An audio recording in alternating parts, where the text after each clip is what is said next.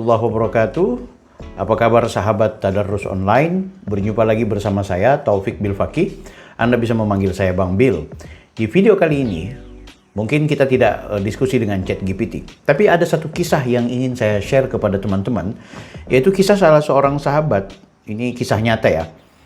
Dia ini adalah sahabat saya, atau lebih tepatnya saya mau bilang bagian dari kerabat lah. Belum lama dia menceritakan kepada saya.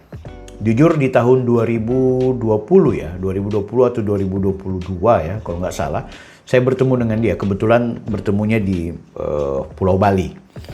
Saya jalan-jalan ke sana dan memang dia sudah berdomisili di Pulau Bali. Sebelumnya saya dengan beliau itu adalah bagian dari keluarga besar dalam sebuah majelis taklim. Bisa disebut dia adalah jamaah di majelis taklim saya.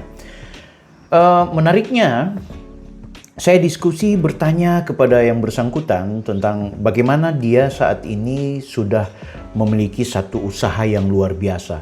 Dia punya bisnis yang menurut saya tidak juga bisa dibilang sebagai bisnis yang kelas kakap, tapi setidaknya ini pola hidupnya jauh dari yang sebelumnya gitu. Nah, dulu dia pernah cerita bahwa dia ini orangnya yang cukup sulit. Kebetulan dari Sulawesi Selatan, Makassar, kemudian hijrah ke Kalimantan Utara, dan selanjutnya dia juga hijrah mencari pekerjaan itu ke Pulau Dewata, Bali. Di Bali dia menjadi karyawan cukup lawas ya. Dia menjadi karyawan yang kebetulan di perusahaan keluarga sendiri gitu. Dia menjadi bagian dari karyawan yang menurut dia cukup melelahkan. Dia punya gaji yang seadanya, tapi kebutuhan hidup itu betul-betul membuat dia harus membanting tulang. Bagaimana dengan menjadi pegawai, dia cuma disuruh ke sana, disuruh ke sini. Ya kita tahulah, tanpa mengurangi rasa hormat kita kepada teman-teman pegawai, siapa saja yang posisi atau jabatannya sebagai pegawai, ya berarti siap untuk diperintah. Ada bos, ada orang yang memerintahkan, ada orang yang menginstruksikan, kan gitu. Itu setiap hari bagaimana dia harus berhadapan dengan situasi itu. Nah, akhirnya dia kemudian berpikir, dia harus mencari cara untuk punya kemampuan mengubah pola hidupnya. Dia harus berpikir bagaimana dia harus punya pekerjaan di mana dialah bosnya. Tapi dia menyadari bahwa untuk menjadi bos atau untuk menjadi pengusaha, baik pengusaha kecil-kecilan sampai dengan menjadi pengusaha sukses yang besar, itu bukan langkah yang mudah. Itu bukan sekedar kita memiliki keterampilan dan modal, tapi juga ada tekad, ada keberanian, dan ada kekuatan secara inner beauty bahkan yang bisa mengangkat derajat atau mengangkat mentalnya agar bisa berjuang. Nah, tentu dia menyadari, dia hanya pegawai, dia mau dapat modal dari mana? Dia mau mengikuti bosnya terus, tentu dia hanya tetap menjadi pegawai yang dengan gaji pas-pasan dan pasti akan sangat sulit ketika kemudian diperhadapkan dengan kebutuhan-kebutuhan hidup. Sahabat saya ini bercerita bahwa pada suatu saat di malam hari dia merenung. Dia harus menyatakan mundur dari pekerjaan yang saat ini dia geluti dan bagaimana caranya dia mengambil langkah step by step untuk berjuang. Dengan caranya, dengan kehebatannya.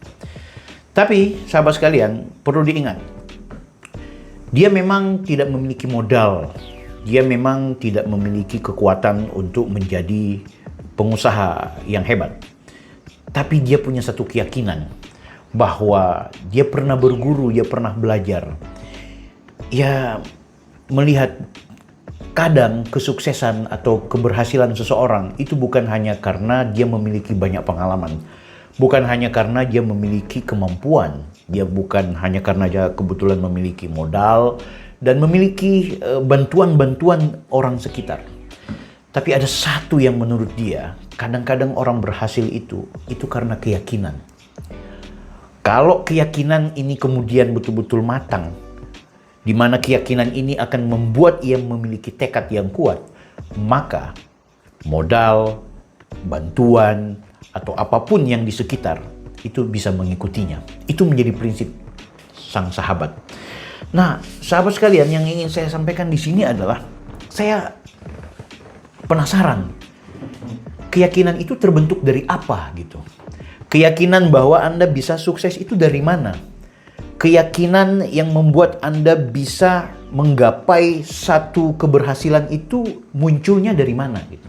Apakah cuma sekedar saya yakin kok, saya bisa? Orang yakin itu kan berarti dia betul-betul memiliki satu rasa percaya diri yang kemudian bagi dia tidak akan ada yang bisa menghalangi. Biar Anda yakin Anda bisa jalan di atas air, coba Anda jalan di atas air. Bisa nggak Anda lakukan? Seyakin-yakinnya Anda bahwa Anda bisa melawan api, coba bakar tubuh Anda dengan api. Jadi keyakinan itu juga butuh energi lain. Nah, saya bertanya, apa energi itu? Nah, sebelum saya membahas soal energi itu, sang sahabat menjelaskan, ternyata ketika dia memakai kekuatan keyakinan itu, dia hari ini justru menjadi bos bagi perusahaannya sendiri. Dia justru mempekerjakan orang, dia menciptakan pegawai baru, dia memberikan lapangan pekerjaan bagi orang, dan dia sukses, dan dia berhasil. Saya tanya, keyakinan apa yang membuat Anda itu kemudian berhasil menjadi orang yang kini jadi bos? Usia Anda tidak terlalu tua, Anda masih muda, tapi Anda kemudian menjadi bos. Dia bilang keyakinan itu ternyata itu dibumbuhi dan juga diawali dengan hal-hal yang berbasis spiritualitas. Dan spiritualitas itu ternyata ada lafaznya, ada energinya, dan ada juga prakteknya. Saya bilang apa itu? Dia bilang, saya sangat berkeyakinan bahwa dengan melafazkan sholawat, dengan memperbanyak sholawat, dan meyakini sholawat adalah pintu rezeki, dan meyakini sholawat adalah kekuatan, maka keyakinan itu kemudian bulat, dan akhirnya mengkonstruksi pemikiran dan juga mentalnya, dan dia berjuang. Dia sukses.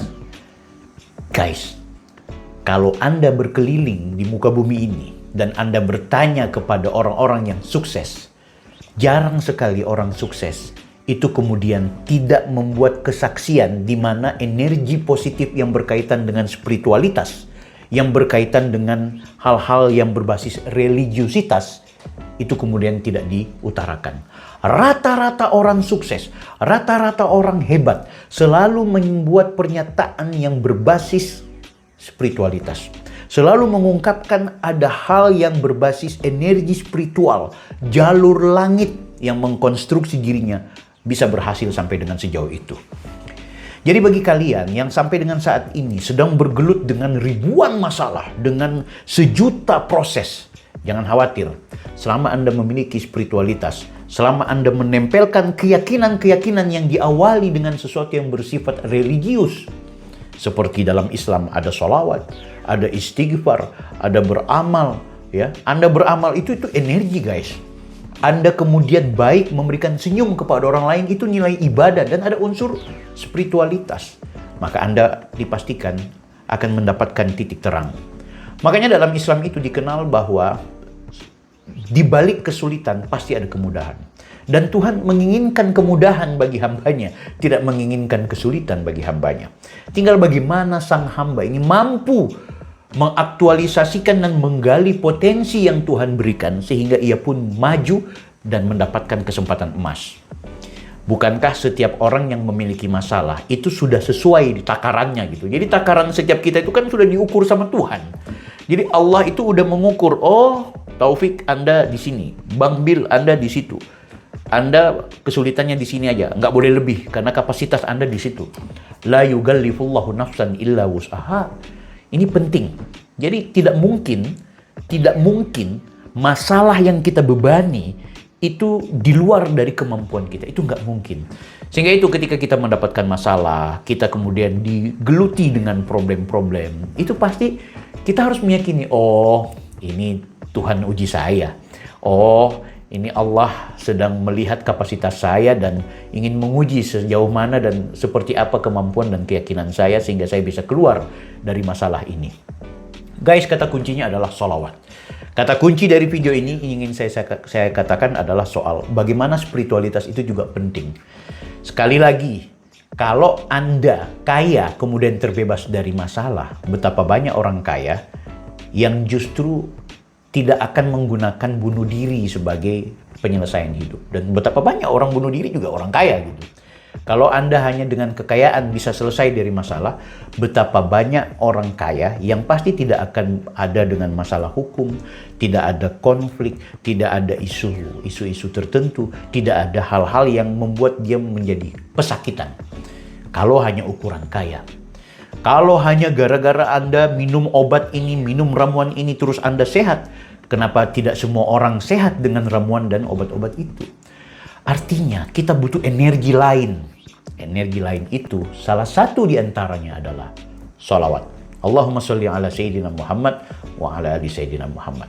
Semoga kita semua mampu menyelesaikan masalah dan terinspirasi dengan sahabat saya yang berhasil keluar dari kungkungan diri sebagai pribadi yang tadinya menjadi pegawai, menjadi orang yang sering disuruh, kini dia sukses menjadi seorang yang memiliki perusahaan tertentu. Jangan pandai enteng dengan kekuatan jalur langit. Wallahul muwaffiq ila aqwamit thoriq. Assalamualaikum warahmatullahi wabarakatuh.